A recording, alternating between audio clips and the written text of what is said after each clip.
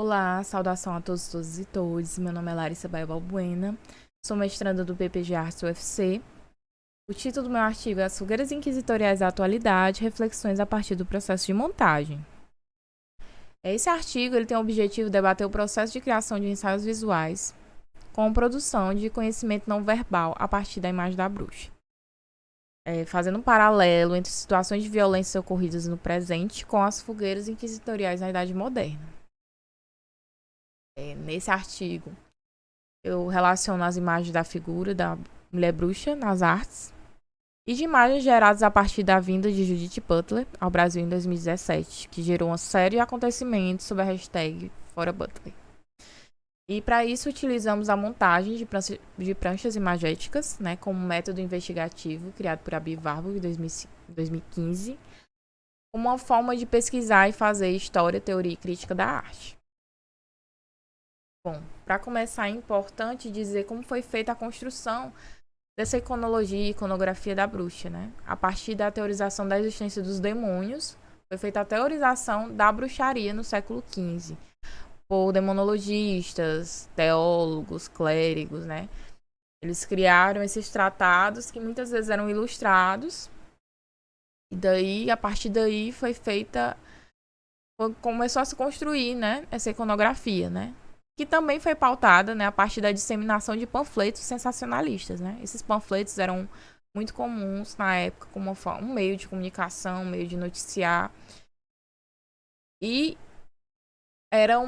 a maioria deles haviam imagens, né? Imagens de gravuras. E nessas imagens, essas imagens muitas vezes eram mais marcantes, digamos assim, do que o conteúdo que estava escrito, porque como a maioria da população era analfabeta, então essa imagem acabava comunicando muito mais. Então, essas imagens, elas muitas vezes eram uma forma de identificar o que seriam essas bruxas, né? Elas ilustravam com o que seriam essas bruxas e também um alerta, né? Com um alerta de uma ameaça que deveria ser controlada. Um exemplo é essa imagem desse panfleto do século XVI, em que mostra uma bruxa sendo queimada. Então era uma forma de propaganda, né, também, do que eles deveriam, né, estar sempre em alerta, a questão de vigilância. E dando um salto para década de 1960, eu vou explicar já o porquê, é possível ver a presença dessa iconografia no cinema de horror. As mulheres bruxas eram representadas como belas, maldosas e manipuladoras, né? E a sexualidade feminina vista como fonte do mal e da perdição. E nessa época havia um movimento de emancipação feminina acontecendo, né? E paralelo a isso, várias críticas negativas e resistências ao movimento, né? Então, assim, de acordo com Laroca 2021, considerando esse cenário, é possível relacionarmos essas produções como uma ferramenta utilizada pelos grupos contrários, um alerta para o acesso das mulheres ao poder, como uma ameaça que deveria ser controlada, uma prática de vigilância, assim como eu mencionei, né, em relação aos panfletos. É sempre essa questão de ver o medo desse desvio feminino, né? Essa ameaça constante, né?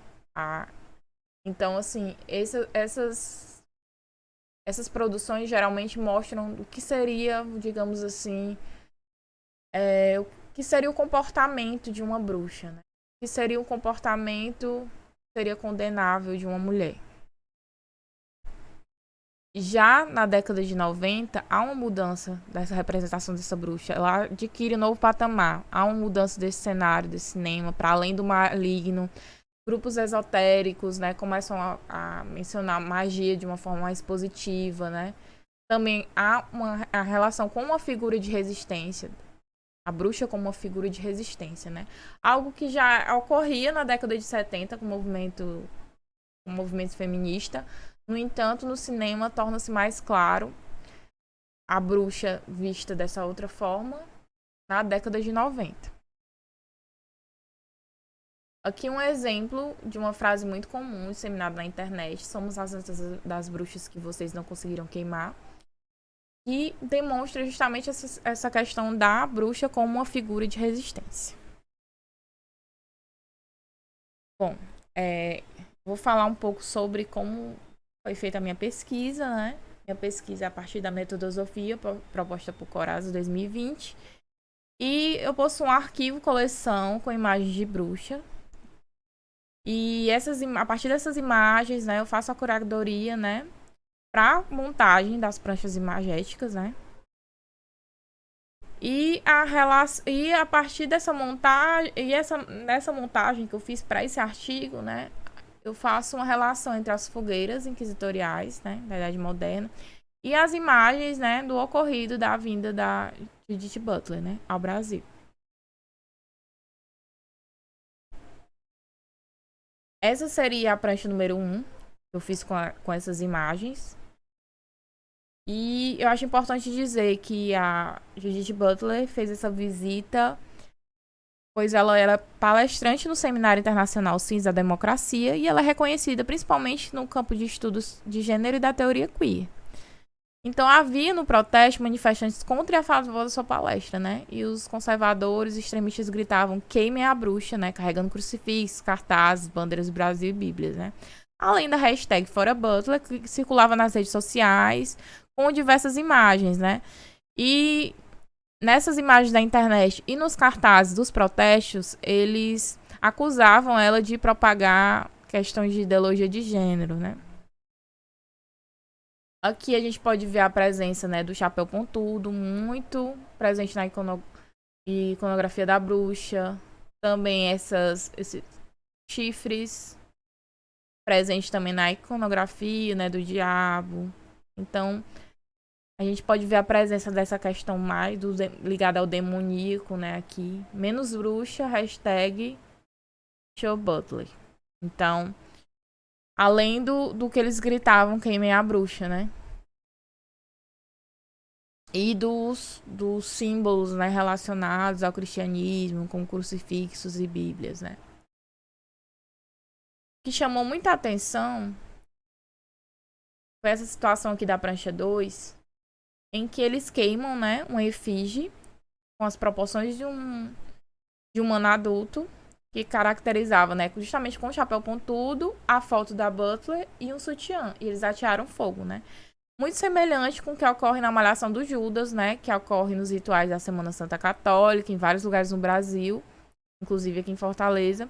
Que seria um vestígio da prática inquisitorial portuguesa, né? Que consistia em queimar a representação de um condenado que tenha morrido antes da aplicação da pena, né? Então, o próprio Tribunal do Santo Ofício providenciava esse efígie sendo queimado em praça pública.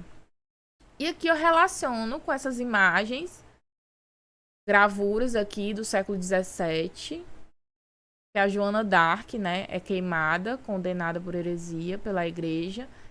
E aqui eu não sei se dá pra ver direito, né, em que essa pessoa que tá erguendo aqui esse crucifixo, e isso é visto várias vezes também nas imagens, essa presença desse crucifixo.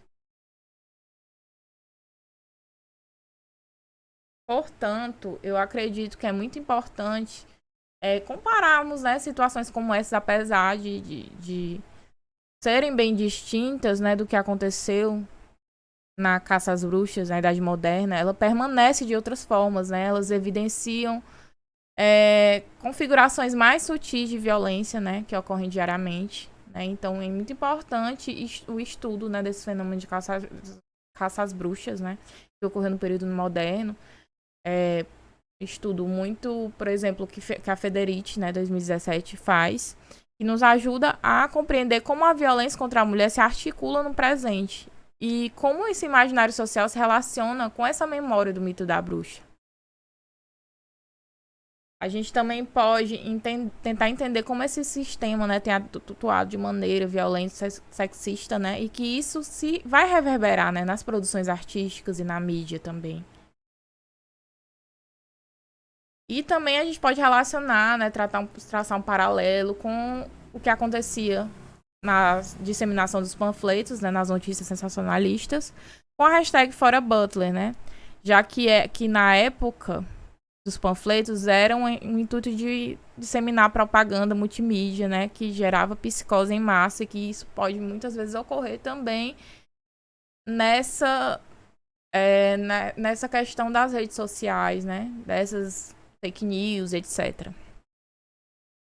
Bom, e para investigar, né, esse fenômeno, a gente utilizou a montagem em Warburg como um método de construção dessas pranchas imagéticas, né, que darão origem a futuros ensaios visuais, como uma forma de debatermos, né, a construção de conhecimento a partir de um saber visual em se pesquisar e fazer história, teoria e crítica da arte. Aqui minhas referências. E é isso, muito obrigada.